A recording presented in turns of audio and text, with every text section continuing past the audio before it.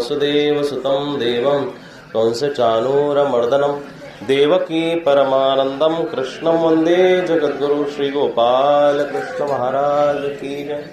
अनन्याश्चिन्तयन्तो मां ये जना पर्युपासते तेषां नित्या अभियुक्तानां योगक्षेमं वहाम्यहम्। प्रस्तुत प्रवचन रूपी सेवेकरता गीतेला श्रीमद भगवद्गीतेतील श्लोक अनन्याश्चिन्तयन्तो मां ये जना पर्युपासते। आजच्या या प्रसंगोप्राप्त प्रसंगानिमित्त यांच्या या नवीन वास्तुशांतीच्या निमित्ताने आपण एकत्रित आलेलो आहोत। घर असावे घरासारखे नकोत नुसत्या भिंती, तिथे असावा प्रेम जिव्हाळा नकोत नुसत्या नाती।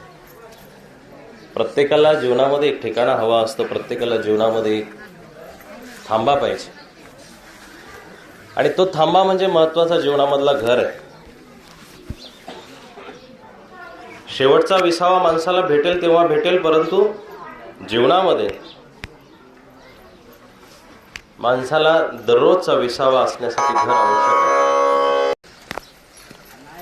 पण ते घर कसं असावं, संतांनी त्या घराविषयी खूप सुंदर वर्णन केलेले। घराला जो पाया असतो, घराला ज्या भिंती असतात, घराला जे छत असतं, घरावरती जो स्लॅब असतो, कॉलम असतात, याचा जर व्यवस्थित विचार केला तर ते घर कसं असावं हे शास्त्र खूप सुंदर पद्धतीने सांगतात।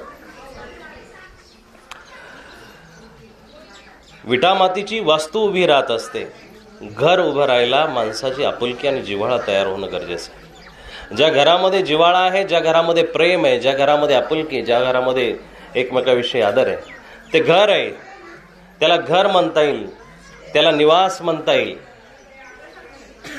पण त्याच्या अगोदर तो फ्लॅट असतो, ती वास्तू असते, तो बंगला असतो। त्या बंगल्याला बंगलापण देण्यासाठी, त्याला शांतपण देण्यासाठी, त्याला आधार देण्यासाठी, त्याला सात्विकता देण्यासाठी, शांतता देण्यासाठी आपल्याला त्या घरामध्ये वास्तुशांती करणं गरजेचं आहे। आजचा जो कार्यक्रम आहे तो वास्तुशांतीचा कार्यक्रम आहे। आणि मग वास्तु शांती का करावी हा पहिला प्रश्न आहे। वास्तू बांधली आणि ती बांधल्यानंतर आता मोकळी झाली, आता सगळा बिल्डर निघून गेला, गौंडी निघून गेले, आता आपणही दुसऱ्या घरातून इकडे निघून येणार आहोत। जुन्या घराला निरोप देऊन नवीन घरामध्ये घुसायचंय, पण ते घुसण्यापूर्वी आता ती वास्तू शांत करणं गरजेचं आहे। वास्तू शांत करण्याचा नियम असा आहे की त्या वास्तूमध्ये बांधत असताना अनेक दोष घडतात। तुमच्या दृष्टीमध्ये पाप इतकं साठलेलं आहे किंवा आपण दररोज इतकं पाप बघतो, त्याच्यामुळे आपल्याला ते पाप सहजासहजी लक्षात येत नाही, परंतु बरेच दोष घडत असतात, बरंच पाप घडत असतं। ती वास्तू तयार करत असताना पहिली त्या नदीमधून वाळू येते, विटा येतात, माती येते, बऱ्याचशा काही गोष्टी येतात आणि ते बांधत असताना मग दोष घडत असतो। आता नदीची वाळू कमी झाली, बंद झाली, बाबा तुम्ही म्हणाल की आता ते सँड वॉश खडीचा प्रकार निघाला आणि त्याच्यातून,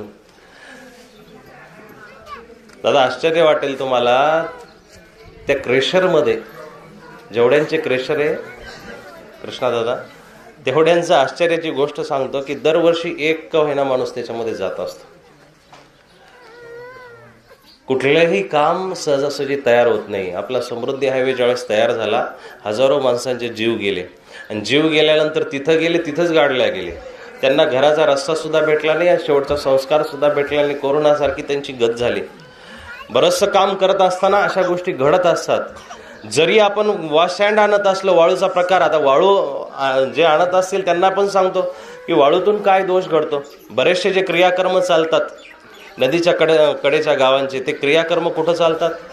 नदीच्या कडेला चालतात।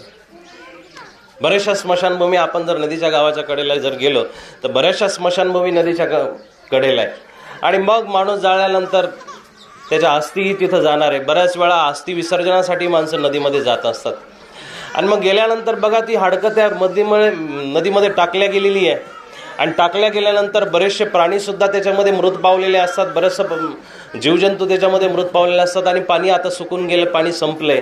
मग आता नदीमध्ये जी उरती ती वाळू उरते, पण जी हाडं असतात पाठीमागून बघा तुम्ही, वाळूचं जर बारीक निरीक्षण केलं त्याच्यात सफेद सफेद दगडं असतात, सफेद सफेद तुकडे असतात, ते तुकडे हाडांचे तुकडे असतात। आवाज वाढला बरं आपल्या। त्या मातीमध्ये बरेचसे कण आलेले असतात आणि बघा प्रत्येक आत्मा काही सुखाने जात नाही। शांती का करायची याच्यावरती परिहार देतोय, सांगतोय की बरेचसे आत्मे हे सुखाने जात नसतात. निसर्गदत्त मरण जर एखाद्या माणसाला प्राप्त झाला आणि त्यांनी जर तो आत्मा गेला तर काही विशेष काय त्याचं लागत नसतं.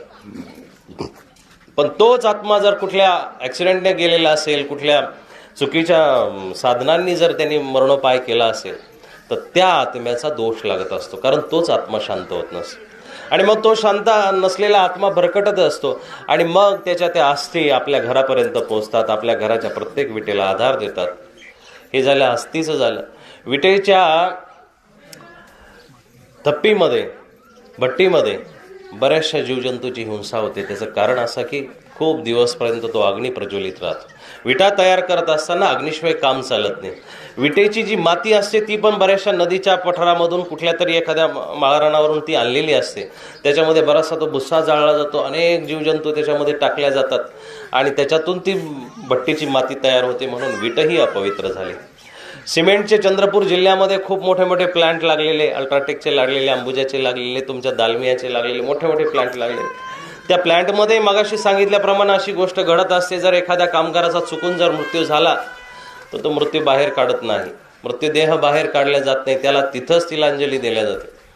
सांगायचं तात्पर्य असं की अशा अनेक ठिकाणून आपल्या ज्या वस्तू आल्या ना त्यातून वास्तू तयार झालेली. वास्तू जी तयार झाली ती अशा सगळ्या वस्तूंमधून तयार झाली आणि मग ती वास्तू अशांत असते. आणि जोपर्यंत त्या घरामध्ये माणूस राहायला जात नाही तोपर्यंत त्या घरामध्ये पिशाच्च वास करत असतात, देवता वास करत असतात, आजूबाजूच्या छोट्या मोठ्या देवता तिथं वास करतात. आणि जर तुम्ही वास्तुशांती न करता घरामध्ये जर गेले तर मग छोट्या छोट्या घटना घडायला सुरुवात होते.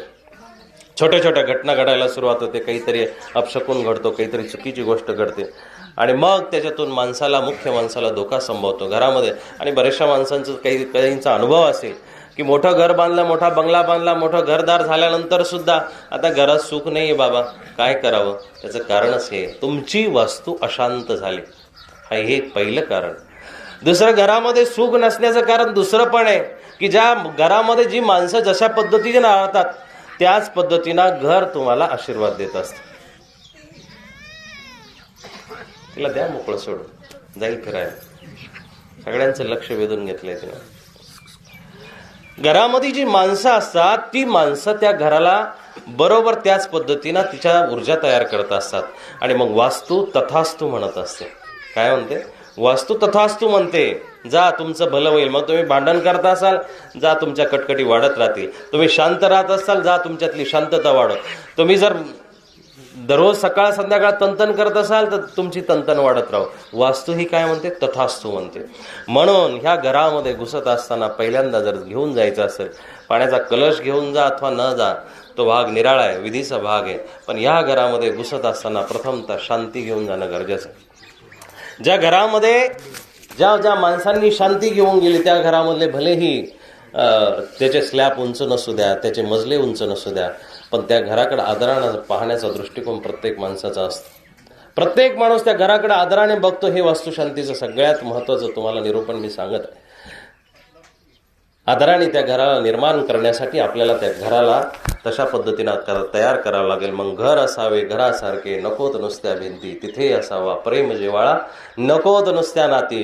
ज्या घरामध्ये बापाचा मुलगा आदर ठेवतो, मुलाचाही बाप आदर ठेवतो, ज्या घरामध्ये सासू सुनेचा आदर करते, सुनही सासूचा आदर करते, ज्या घरामध्ये लेकही आईचा आदर करते, आई लेकीचा आदर करते, ते घर आहे. तो फ्लॅट नाही आहे, ती वास्तू नाही आहे, तो बंगला नाही आहे किंवा ती नुसती वास्तू नाही आहे. त्या घराला घरपण आलेलं आहे. घराला घरपण देण्याचं कार्य बघा. आणि घराचं महत्त्व खूप मोठं आहे. आपण जम्मू काश्मीरला फिरायला गेलो, अमेरिकेला गेलो किंवा एखाद्या तीर्थस्थळावरती गेलो, आता त्र्यंबकेश्वरच्या यात्रेला जाऊन आले, 3च दिवस माणसं चालले असतील, 4 दिवस चालले असतील, पण ओढ कुठं लागली हो? जेवढी दर्शनाची ओढ होती, दर्शन झाल्या ओढ कशाची लागली दादा? घराची ओढ निर्माण होते माणसाला. जम्मू काश्मीरला फिरायला गेल्यानंतर तिथं किती सुंदर आहे बघा ना, खूप सुंदरता आहे, खूप मोठा बर्फ पडलेला, हिमाचलला फिरायला जा, शिमल्याला फिरायला जा, दिल्लीला जा, कुल्लू मनालीला जा, दुबईला फिरायला जा, पण तिथून परत येण्याची जी इच्छा असते ती घराकडे असते.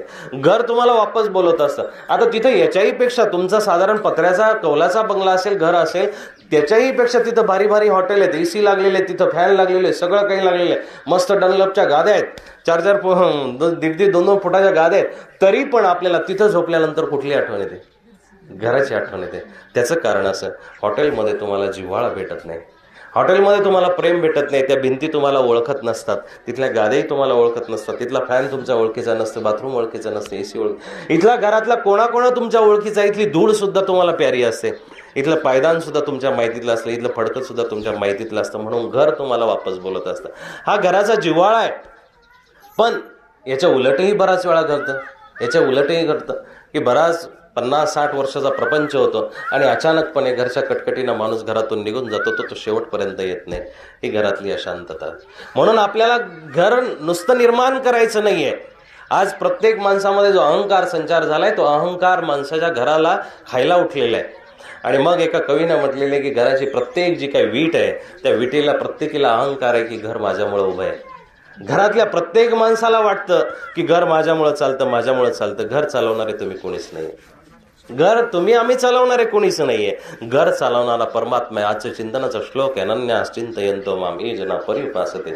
परमात्म्याचं तुम्ही भजन जर केलं तर तो तुमचा योगक्षेम चालवत असतो, तो तुमचा उदरनिर्वाह चालत असतो, तो तुमचा भूतकाळ चालवणारे, वर्तमान काळ चालवणारे, भविष्यकाळचा त्याच्या हातामध्ये. तुमच्या हातामध्ये फक्त नांगराची मूठ धरणे, तुमच्या हातामध्ये फक्त बी टाकणे, तुमच्या हातामध्ये फक्त पाणी भरणे, तुमच्या हातामध्ये फक्त कापणे, तुमच्या हातामध्ये फक्त मोजमाप आहे.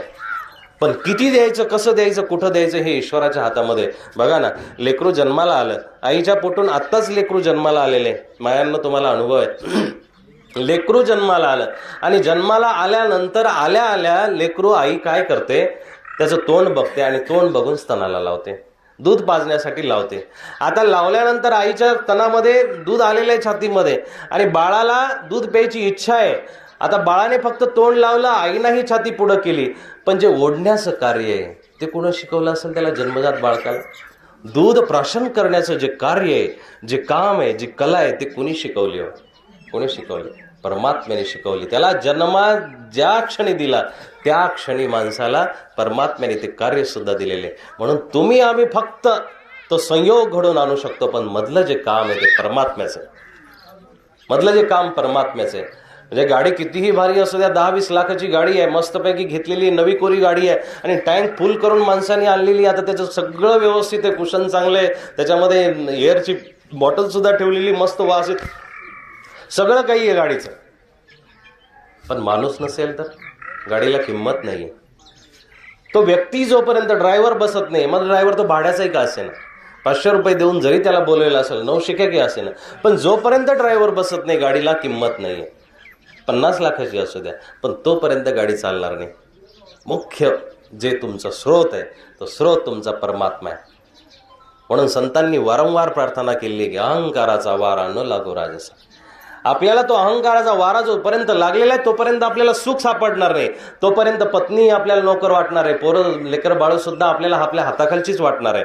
पण जेव्हा आपल्यातला अहंकार समाप्त होऊन आपण यांच्यासारखेच कोणीतरी आहोत हा भाव आपल्यामध्ये निर्माण होईल, त्यावेळेस तुम्हाला तुमचा पोरगा आपला दुश्मन न वाटता मित्र वाटणार आहे, चुकीचा न वाटता तो आपला सज्जन वाटणार आहे, पत्नी सुद्धा आपल्या घरातली कामवाली नसून ती आपली अर्धांगिनी वाटणार आहे. ह्या सगळ्या भावना तुम्हाला तेव्हा निर्माण होणार आहे की जेव्हा तुमच्यातला अहंकार संपणार आहे. आणि अहंकार संपवण्यासाठी शांती घेऊन जाणं गरजेचं आहे. वास्तू शांत होईल न होईल हा भाग निराळा आहे, पण तुमच्यातला तो जगत असलेला जुना माणूस आहे, तो जुना माणूस या नवीन घरामध्ये घेऊन जाणार. लक्षात आलं? जुना माणूस घरामध्ये जसं आपण प्रवेश करतोय, घरामध्ये प्रवेश करतोय.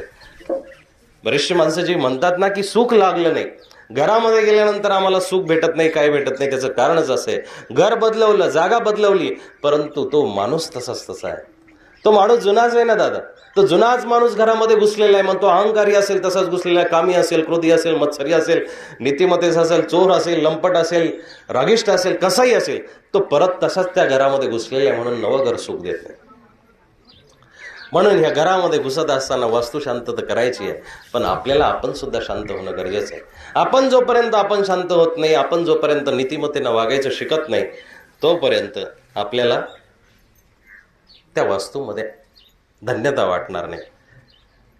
वास्तूचा जो सगळ्यात मोठा जर पाया जर काही असेल तो म्हणजे शांतता आहे, तो म्हणजे संयम आहे, तो म्हणजे समाधान आहे. समाधानाने तुम्ही घरामध्ये घुसलं पाहिजे, समाधानातून घराच्या बाहेर आलं पाहिजे.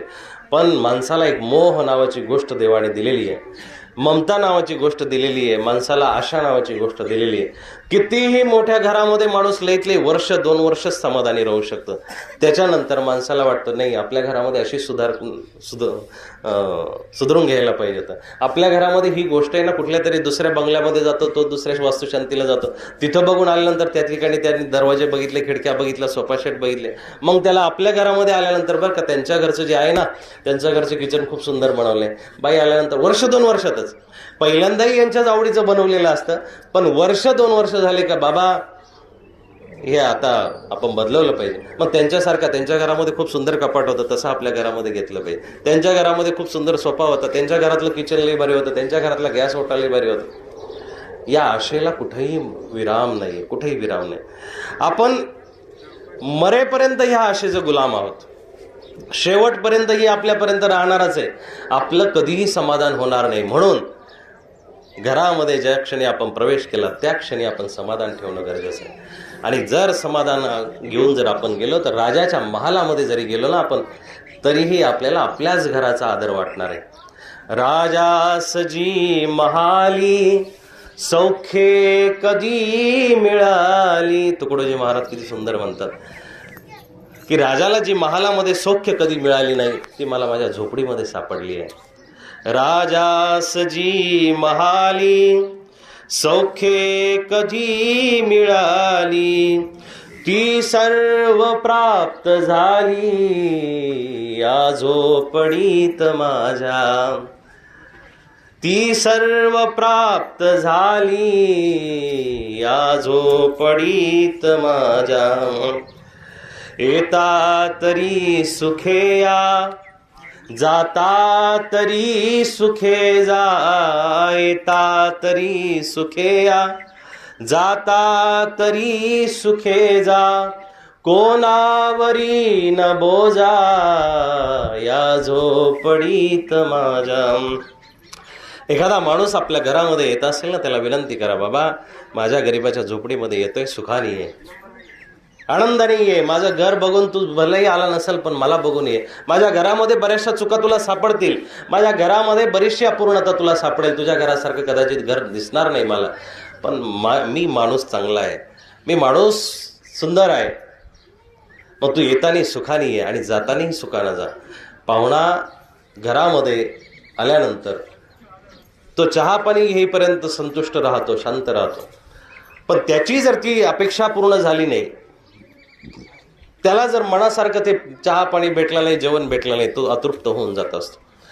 म्हणून एका घराची सगळ्यात मोठी जर ताकद काही असेल तर ती म्हणजे तुम्हाला सगळ्यात महत्त्वाचा जो पाहुण्या रावण्यांना जो आदर द्यायचा तो आदर आहे. आलेल्या माणसाला यथोचित सन्मान देणं ह्या घराची ताकद आहे, सगळ्यात मोठी ताकद आहे. पहिली ताकद जशी तुम्हाला मी संतुष्टता सांगितली, शांती सांगितली, समाधान सांगितलं. दुसरी ताकद साधूचा आदरातिथ्य. त्या साधूला आल्यानंतर तुम्हाला यथोचित सन्मान देता आला पाहिजे, त्या पाहुण्याला आल्यानंतर यथोचित त्याला तुम्हाला सन्मान देता आला पाहिजे. तरच तुमच्या घराला घर पण म्हणता येईल, घर म्हणता येईल, तरच तुम्ही त्या घरामध्ये राहतात असं म्हणता येईल. पाहुणा आला आणि प्रभूला सुद्धा, देवाला सुद्धा इतकंच मागावं की साईं इतना दीजिए जामे कुटुंब समाय, मैं भी भूका न रहू साधू भी भूका न जाय. की देवा मला इतकंच पाहिजे, जास्त नकोय. जास्त ठेवून काय करायचं, तिजोऱ्यांना चाव्या लावायला लागतात ना दादा.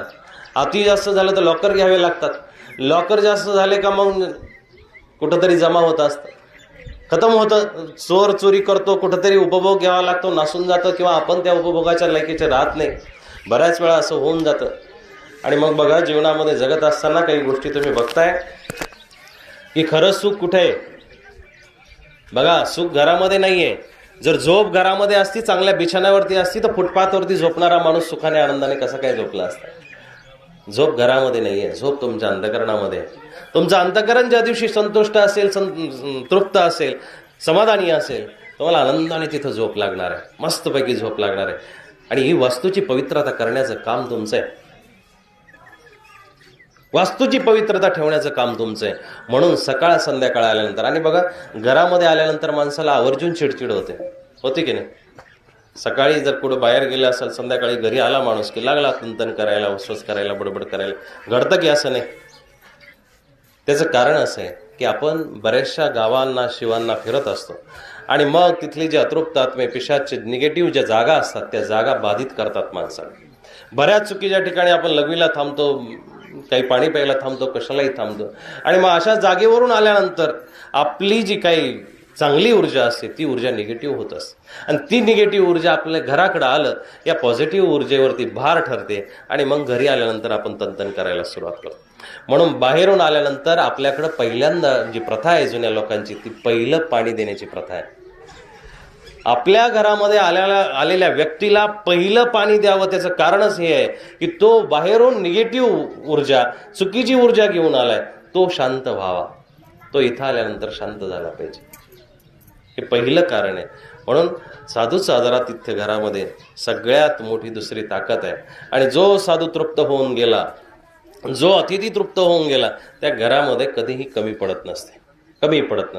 आणि जरीही कमी वाटलं तरी ते घर परमात्मा पूर्णपणे भरवून ठेवत असतो. परमात्म्याची कृपा त्या घरामध्ये राहत असते. हे त्याचं कारण आहे. एक चांगले श्रीमंत व्यक्ती होते. दृष्टांतांनी ध्यान देऊन ऐका की गावामध्ये चांगला दबदबा, तालुक्यामध्ये चांगला दबदबा, जिल्ह्यामध्ये चांगला दबदबा, ते म्हणतील तिकडं यश आहे, ते म्हणतील तिकडं वोट आहे, ते म्हणतील तिकडं कार्यकर्ते, सगळं काही त्यांच्या हातामध्ये होतं. आणि अशा एका व्यक्तीला उसळ खाण्याची इच्छा झाली. मिसळ पाव काय उसळ खाण्याची इच्छा झाली आणि बायकोला सांगितलं की आज संध्याकाळी मस्तपैकी हरभऱ्याची उसळ कर. बायकोने हरभरे भिजत घातले आणि संध्याकाळी आणि दुसऱ्या दिवशी उसळीचा कार्यक्रम असेल. आता त्या बाया बारीक सारीक सगळं बघतात आणि बघितल्यानंतर त्या बाईनं बघितलं की एक त्याच्यामध्ये कुच्चरदाना राहिलेला आहे. माणूस किती हतबल असतो बघा आपल्या अहंकारापुढे, याचा हा दृष्टांत आहे. एक त्याच्यामध्ये कुच्चरदाना राहिला आणि त्या बाईनं तो बाहेर टाकला आणि तिथून पतिदेवाला आवाज दिला, का हो तुम्ही म्हणता की तुमचं सगळं काय ऐकतं, सगळं गाव ऐकतं, सगळं तालुका ऐकतं, सगळी माणसं तुमचं ऐकत असतात. बघा बरं हा हरभऱ्याचा दाना तुमच्याच्याने शिजतो का, फुगतो का, बघा हा ऐकतो का तुमचं. बायकोनंही चेष्टा केली. बायकोला माहिती असतात आपल्या नवऱ्याच्या खोडी. ती बरोबर वेळ आल्यानंतर त्याच्यामध्ये तेल मीठ टाकत असते. आणि बरोबर त्या बाईनं तो हरभऱ्याचा दाना घेतला आणि त्या शेठला सांगितलं की तुम्ही आता ते याला फुलून दाखवा. ते म्हटलं असं कसं, सारा गाव माझा ऐकतो आणि हरभऱ्याचा दाना ऐकणार नाही, काही अडचण नाही. तू एक काम कर, बाकीची सगळी उसळ राहू दे बाजूला, पण हा हरभऱ्याचा दाना शिजलाच पाहिजे. गॅसची टाकी संपली का तरी चालेल, पण हरभऱ्याचा दाना शिजला पाहिजे. स्टोववरती तिला कुकर ठेवला आणि पूर्ण कमीत कमी 10-15 शिट्ट्या दिल्या, पण तो हरभऱ्याचा दाना काही शिजला. आणि तो परत तिनं तो काढून आणून दाखवला. बघा तुम्ही म्हणता की सगळं गाव ऐकतं, पण हरभऱ्याचा दाना तुमचा ऐकायला तयार नाही, शिजलेला नाहीये. ते जे शेठ होते त्यांना खूप राग आला, प्रचंड राग आला. अरे असं कसं काय, माझा खूप अपमान आहे. तेवढ्यात त्यांचे गुरुदेव आले. गुरुदेव म्हणतात, अरे राजा, जगामध्ये कोणीही परिपूर्ण नाहीये, जगामध्ये कोणीही परिपूर्ण नाहीये, जगामध्ये कोणीच कोणाचं ऐकत नसतं. एक देव जर सोडला तर जगामध्ये कोणीच पूर्ण नाहीये. सगळे अपूर्ण आहे, सगळे माणसं अपूर्ण आहे, एक परमात्मा पूर्ण आहे फक्त. ही गोष्ट लक्षात ठेव. आणि तू म्हणतो ना माझ्याशिवाय पान हलत नाही, माझ्याशिवाय काय हे होत नाही, काही होत नाही, बहुरत्ना वसुंधरा. अरे पृथ्वीवरती अशी भरपूर माणसं पडलेली आहे. तुझं कोण ऐकायला तयार नाही, तुझं कोण ऐकतंय. तू स्वतःला असा अहंकारी जरी समजत असला पण तुझं कोणी ऐकत नाहीये. अरे तुझ्या स्वार्थाशी निगडीत असलेली 4 माणसं तुझं ऐकत असतील, पण एखाद्या मच्छराला सांगून बघ ना संध्याकाळी माझ्या खोलीमध्ये येऊ नको, ऐकल का तुझं? नाही ऐकू शकत. एखाद्या कुत्र्याला, तुझ्या घराजवळ बाहेर बसणाऱ्या कुत्र्याला मन तू इथं येऊ नको, तू त्याला दगड मारावं लागतं तेव्हा ते तुझ्याकडे येत नाही. तुझ्या प्रेमाने ते ऐकल का? नाही ऐकत ना. पावसाला सांग की आता ऊन खूप पडायला लागले आणि पाऊस पडत आहे, नाही ऐकणार तुझं. त्या माणसाला, त्या शेठला त्या गुरुचा राग यायचा. की गुरु माझा ऐकत नाही, गुरु मला अहंकार जिरवायला सांगतात, कमीपणा घ्यायला सांगतात, तो गुरुचा तिरस्कार करायचा. आणि अशाच या माणसावरती प्रसंग आला हरभऱ्याचा, की हरभरा आता ऐकण्याच्या त्याच्या मनस्थितीमध्ये तो आहे की हरभरा कुठल्या ना कुठल्या पद्धतीनं आपल्याला शिजवायचा. मग त्याने काय केलं, त्या कुकरमध्ये टाकलं, कुकरमध्ये शिजला नाही. मग त्यांनी सांगितलं की जो माझा ऐकत नसतो ना तालुक्यामध्ये, जिल्ह्यामध्ये, मी त्याला भरडून काढीत असतो, मी त्याला फोडल्याशिवाय सोडत नाही. मग जा जात्यावरती आणि सगळे हरभरे दळ आणि त्या हरभऱ्यामध्ये याला टाक, हा फुटलाच पाहिजे. ते बाईना बिचारी माऊली गरीब होती, पतीचं ऐकणारी, तिनं तर जात्यामध्ये टाकला, जात्यामध्ये टाकून दळायला सुरुवात केली. सगळ्या हरभऱ्याच्या डाळी झाल्या, पण त्या कुचर हरभऱ्याची काही डाळ पडली नाही. परत त्या सावकारात त्याच्या शेडजवळ ती दाणा आणला आणि दाखवला की बघा मी सगळे प्रयत्न करून हतबल झाले, पण आता ठीक आहे, काही अडचण नाही, माझ्याकडे आणखी पर्याय आहेत. जरी तो फुटत नसला, फोडाफोडीचं राजकारण मला चांगलं जमतं, पण हरभरा माझ्याकडून काय फुटत नाही. घर फोडायचे मी कामं केले असतील, पण हरभरा काय फुटला नाही, म्हणून त्याचा अहंकार वारंवार दुखावला जात होता. शेवटी तो म्हटला की जो माणूस माझ्या ज्याची डाळ शिजत नाही, जो माझ्याकडून फुटत नाही, त्याला मी चावून खात असतो, त्याला मी चावून खाल्ल्याशिवाय सोडणार नाही. आणि मग अशा पद्धतीनं त्यांनी त्या बाकीच्या दाण्यासोबत तो हरभरा खाण्यासाठी तोंडामध्ये टाकला. दादा थोडंसं वय झालेलं होतं, वय झालेलं असल्या कारणानं दाताखाली धरला, दाताला ठणक लागल्या कारणानं आता चावायचं नाही, डायरेक्ट गिळून टाकायचा म्हणून गिळून घेतला तो हरभऱ्याचा दाणा. पण हरभऱ्याला सोडायचं नाही असं त्यांनी ठरवलंच होतं. अहंकार माणसाला जगू देत नाही. शेवटी तो गिळून घेतला. रात्रीचे शेड झोपले, व्यंकटराव झोपल्यानंतर आता रात्रीच पोट खराब झालं साहेबांचं. पोट खराब झालं आणि पोट खराब झाल्यानंतर जुन्या घराची व्यवस्था होती. पूर्वीच्या काळी काय संडास बाथरूम घरामध्ये नसायचे. सकाळी बायको उठली, दारातोंडी गेली. दारातोंडी गेल्यानंतर रागामध्ये मध्ये आली, का हो तुम्ही सकाळी उठले होते का? तो म्हणा नाही, मी कशाला उठणार आहे. म्हणजे दारातोंडी घाण कोणी केली? तो म्हणता नाही, पोरं बिरं उठले असतील. अहो पोरं आणखी उठलेच नाहीये. दारातोंडी जी घाण केलेली ती कोणी केलेली? पोरांनी नाही केलेली ती. तो म्हटला मी नाही केलेली. मी कशाला करणार आहे, रात्रीपासून झोपलेले. अहो खोटं कशाला बोलता? अहो जिथं घाण केलेली तिथं हरभरा तसाच आहे. शेवटी त्याला मानावं लागलं बघा. आणि मग त्या माणसाच्या चूक लक्षात आली की शेवटी आपलं कुठंतरी फुटू शकतं, आपलं कुठंतरी थांबू शकतं, आपल्याला कुठंतरी थांबावं लागणार. मग तो त्या गुरुच्या आश्रयाला गेला, गुरुच्या चरणाजवळ गेला आणि गुरुदेवाला प्रणाम केला. गुरुदेव, सगळ्या राजकारणामध्ये माझ्या मतांना थारा असतो, सगळं लोक किंवा सगळा तालुका माझा ऐकतो, गाव माझा ऐकतं, पण एका हरभऱ्याने माझी जिरवली. तो हरभरा शेवटी फुटायला कारण नाहीये, फुटायला तयार नाहीये. शेवटी मी फुटलो, माझं अंतःकरण फुटलं, माझा अहंकार फुटला, पण हरभरा फुटायला तयार नाहीये. आपल्याही जीवनामध्ये दादा असंच घडतं ना. अहंकाराने आपण जगत असल्या कारणानं आपला अहंकार आपल्याला स्थिर बसू देत नाही, जगू देत नाही. आपल्याला खऱ्या अर्थानं संत ज्ञानेश्वरांसारखं घर बांधणं जमलं पाहिजे. अहो किती दुर्बल अवस्था आहे त्या लोकांची. संत असेच पूजनीय झालेले नाही, अशाच त्यांच्या समाधीवरती लोक माथा रगडत नाहीये, नाक रगडत नाहीये. असेच हजारो काळापासून, हजारो युगापासून, हजारो दशकांपासून त्या संतांची जी महती आहे ती गायल्या जाते. ते असंच कारण नाहीये. त्याचं सगळ्यात मोठं कारण आहे की त्या माणसांनी घर खऱ्या अर्थानं तयार केलं होतं. त्या माणसांना घर बांधायला जमलं होतं, त्या माणसांना खऱ्या अर्थानं जगायला जमलं होतं. आणि मग बघा किती दुर्बल अवस्था आहे घराची, किती दुर्बल अवस्था आहे, खूप दुर्बल अवस्था आहे की घरामध्ये भाकरी भाजण्यासाठी तवा सुद्धा नाहीये बघा. पण तिथं तक्रार पूर्ण ज्ञानेश्वरी चाळा, अमृतानुभव चाळा, तुम्ही हरिपाठ चाळा, कुठेही तव्याची तक्रार नाहीये दादा. आहे तक्रार कुठं की माझ्या घरामध्ये तवा नव्हता, माझ्या घरामध्ये बसायला नव्हतं, माझ्या घरामध्ये उठायला नव्हतं.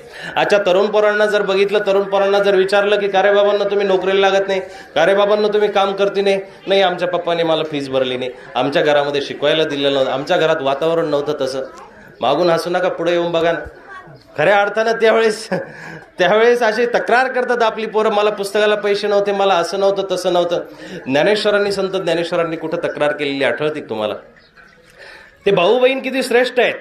घर किती सुंदर पद्धतीनं, आपले आई बाप निघून गेल्यानंतर सुद्धा किती सुंदर पद्धतीनं घर रचलेले, बांधून ठेवलेले. आणि बघ तवा नाहीये घरामध्ये, घरामध्ये तवा नाही आहे, घरामध्ये भांडे नाही आहे, घरामध्ये वस्तू नाही आहे. संत ज्ञानेश्वर 2 पायावरती 2 हातावरती वाकडे होतात आणि पाठीचा तवा करतात. हे घर बांधणाऱ्याचं पहिलं कार्य आहे की त्याला वेळच्या वेळी क्षणोक्षणाला घरासारखं बदलता येतं आलं पाहिजे, तर ते घर साबूत राहणार आहे. तवा झाले की नाही ज्ञानेश्वर. आणि मग पाठीवरती ज्यावेळेस मांडे भाजले गेले, ती बहीणही तशी आहे.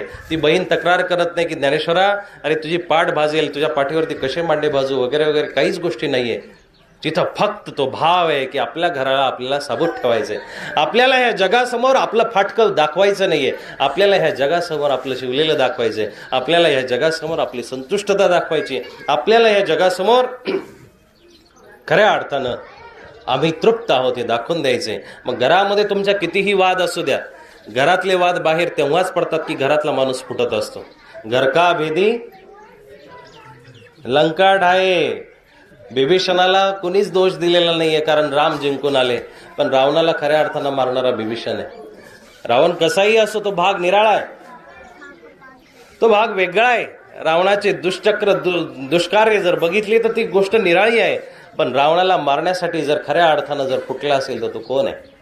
बिभीषण आहे. मग घरका भेदी लंकाड आहे. बाहेर हजारो प्रकारचे आपण दान पुण्य करत असाल, कुठं पंक्ती देत असाल, कुठं काय देत असाल, कुठं नाव मोठं करत असाल किंवा कुठे पावत्या पाडत असाल, तो भाग जरी एक विशिष्ट सामाजिक प्रतिष्ठेचा भाग असला, पण घरामध्ये जर तुमचा भाऊ दुबळा असेल, तुमची बहीण दुबळी असेल, तर तुम्हाला त्याचं संगोपन करणं सगळ्यात मोठं कर्तव्य आहे. हे घर आपण आत्तापर्यंत बांधून ठेवलेलं नाहीये. हे घर आपलं फुटत चाललंय, म्हणून आपली परिवार व्यवस्था बिघडून गेली. आपले जुने परिवार आता राहिलेले नाहीये. संयुक्त परिवार संपून गेले. संयुक्त परिवारांना आता उदाहरण आपल्याला सापडत नाही समाजामध्ये. त्याचं कारणच असं आहे की आपल्याला घर बांधायचं जमलेलं नाही. लक्षात आलं का? आपल्याच्याने घर बांधायचं जमलेलं नाहीये. आणि मग हे घर फुटत फुटत फुटत फुटत बघा, शहरामध्ये ह्याच घराने भिंती वाढवलेल्या आहेत. आणि मग मोठी मोठी घरं आहेत शहरामध्ये. 4-4 मजल्याची घरं आहेत, 8-8 खोल्यांची घरं आहेत, आणि माणसं फक्त 4च राहतात. पण 4 माणसांमध्ये सुद्धा 4-4 भिंती आहेत. याला घर म्हणता येणार नाही दादा, याला घर म्हणता येणार नाही. हे घर नकोय. संतांना जे घर अपेक्षित आहे ते संतुष्टतेचं घर अपेक्षित आहे. संतांना जे घर महत्वाचं पाहिजे आहे ते संतुष्ट आणि नीतिमत्तेचं घर अपेक्षित आहे. राजाच्या झोपडीसमोर एका म्हाताऱ्या बाईनं एक झोपडी बांधली, आणि झोपडी बांधल्यानंतर राजा दररोज तिथून येता जाता बघायचा. पण राजा दयाळू असल्या कारणाने ती झोपडी काही मोडत नव्हता. पण त्याला दररोज ती गोष्ट खंत वाटायची की आपला एवढा सुंदर महाल आहे, एवढा सुंदर महाल असल्यानंतर त्याच्या समोर झोपडी असावी, योग्य वाटत नाही. पण राजा आहे, शेवटी प्रजेचं सगळं ऐकावं लागतं, बघावं लागतं. म्हणून शेवटी राजाने न राहून म्हाताऱ्या आईला विचारलं की आई, अगं तुला झोपडीला जागा दुसरी भेटली नाही का? माझ्या राजाच्या महालासमोरच तुला जागा भेटली, इथंच झोपडी तू का बांधते? राजा, तू खूप नीतिवान राजा आहे, खूप नीतिवान राजा आहे. तुझ्या हातून आतापर्यंत काही पाप घडलेलं नाही आहे. तुला बोध घडावा, तुझ्या जीवनात नेहमी तुझ्या अस्तित्वाची आठवण राहावी, म्हणून मी तुझ्या दारातोंडी झोपडी बांधलेली. तुझं येता जाता लक्ष गेल्यानंतर तुझ्या मनामध्ये बुद्धीमध्ये असं यावं की हे महाल म्हणजे बेगडी आहे. राजास जी महाली सौख्ये कधी न मिळाली. कधी कधी राजाच्या महालामध्ये जी सुख मिळत नसतात, गोरगरिबाच्या झोपडीमध्ये जाऊन भेटत असतात. म्हणून बरेचसे जे काही राजनेते आहेत, राजकारणी आहेत, इलेक्शन आल्यानंतर गरिबाच्या झोपडीमध्ये येतात. आता तिथं सुख भेटो न भेटो, परंतु मत भेटतं, मताचं सुख भेटत असतं म्हणून ते येतात फोटो काढण्यापुरते. पण आपल्याला ते सुख खऱ्या अर्थानं शोधणं गरजेचं आहे, ते समाधान शोधणं गरजेचं